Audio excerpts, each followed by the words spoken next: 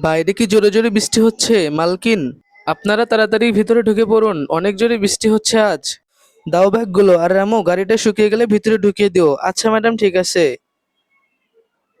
আরে আরে, কি বৃষ্টি হচ্ছে, আমি গাড়ির ভিতরে ঢুকে একটু বসে থাকি, বৃষ্টি ছাড়লে বের হয়ে চলে যাব। রামু, এই রামু, বৃষ্টি তো থেমে গেছে, গাড়িটা একটু পরিষ্কার করে রেখে দাও। আচ্ছা ম্যাডাম, ঠিক আছে, আমি গাড়িটা ধুয়ে এবং মুছে ধুয়ে দিচ্ছি। আরে আরে, এই ভিখারিটা ভিতরে, আর এই বৃষ্টির সময় কোথায় বা যাবে? ও তো হয়তো গাড়িতে আশ্রয় নিয়েছে, তাই আমিও অবশ্য গাড়িটা পরে তুলে দিই, মালকিনকে যাই বলি। রামু, আমি না তোমাকে বললাম গাড়িটা একটু মুছে তুমি রেখে দাও। মালকিন, আমি একটু পরে তুলে দিচ্ছি। আচ্ছা, ছাতাটা দিন। আচ্ছা, ঠিক আছে, নাও। ভাই, মালকিন খুব বকাবকি করছে, তুমি বের হও আর এই ছাতাটা নিয়ে চলে যাও, আমি গাড়িটা মুছে তুলে দেবো। ঠিক আছে ভাই, তোমাকে অনেক অনেক ধন্যবাদ। এবার তাড়াতাড়ি গাড়িটা আমি তুলে দেই। বৃষ্টি থেমে গেছে, এখন না তুললে ম্যাডাম আমাকে গালি দিবে। এই তো এখানে রেখে দিই গাড়িটা।